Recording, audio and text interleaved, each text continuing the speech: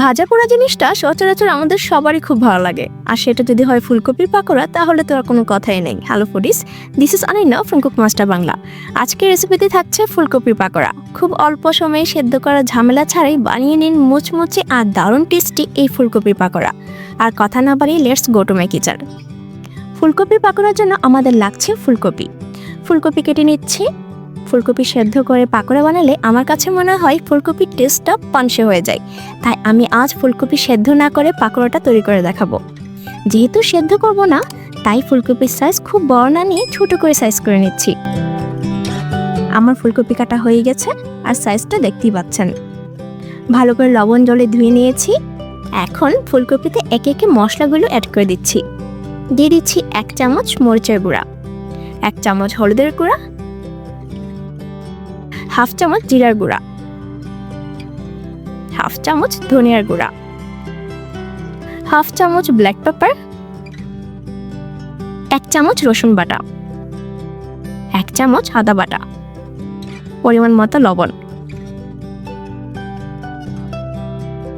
মশলার সাথে ফুলকপি ভালো করে মেখে নিতে হবে।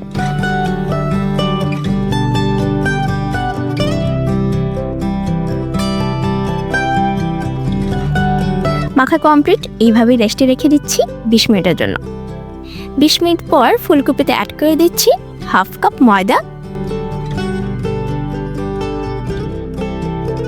আর 1/3 কাপ কর্নফ্লাওয়ার।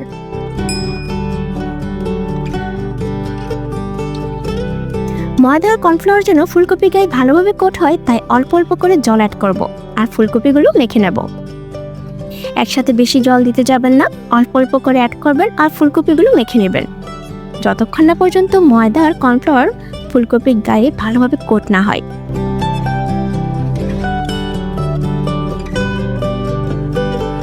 মাখা প্রায় কমপ্লিট হয়ে গেছে।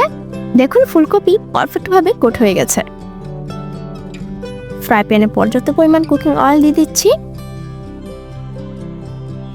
হাই হিটে অয়েল গরম করে নিচ্ছি, দেন মিডিয়ামে রেখে ফুলকপিগুলো ফ্রাই করে নিচ্ছি। খেয়াল রাখতে হবে, অতিরিক্ত গরম তেলে ফুলকপি দিলে কিন্তু উপরে কালার চলে আসলেও ভিতরে কাঁচা থেকে যাবে। যেহেতু ফুলকপি সেদ্ধ করিনি, তাই চুলার আঁচ মিডিয়ামে রেখে ফ্রাই করতে হবে, এতে করে ভেতরটাও পারফেক্টলি কুক হবে।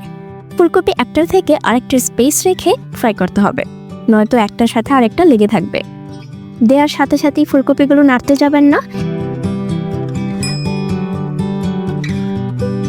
এক পাশ কিছুটা হওয়ার পর নেড়েচেড়ে দিতে হবে।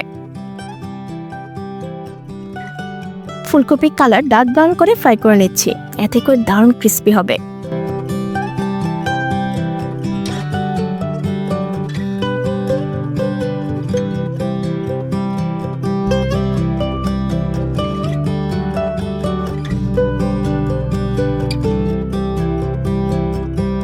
ফ্রাই হয়ে গেছে। ফুলকপির পাকোড়ার এক্সট্রা অয়েল ঝরিয়ে নিয়ে পাত্রে তুলে রাখছি।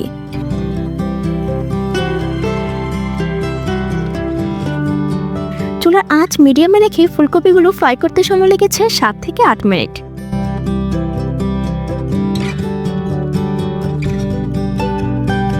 এই পাকোড়াগুলো অনেক ক্রিস্পি আর টেস্ট অন্য লেভেলের। পরিবেশন করতে পারেন খিচুড়ি, গরম ভাত অথবা বিকালের নাস্তা হিসেবে। আশা করছি ছোট থেকে বড় সবাই দারুণ উপভোগ করবে এই ফুলকপির পাকোড়া। তাহলে আজ এই পর্যন্তই। রেসিপিটি আপনাদের কাছে কেমন লেগেছে আমাকে কিন্তু কমেন্ট করে জানাবেন। আর একটি ছোট্ট রিকোয়েস্ট রইল, যদি চ্যানেলটিকে সাবস্ক্রাইব করে না থাকেন তাহলে প্লিজ সাবস্ক্রাইব মাই চ্যানেল। সবাই সুস্থ থাকবেন। আমি অনন্যা, দেখা হবে নেক্সট ভিডিওতে নতুন কোনো রেসিপি নিয়ে।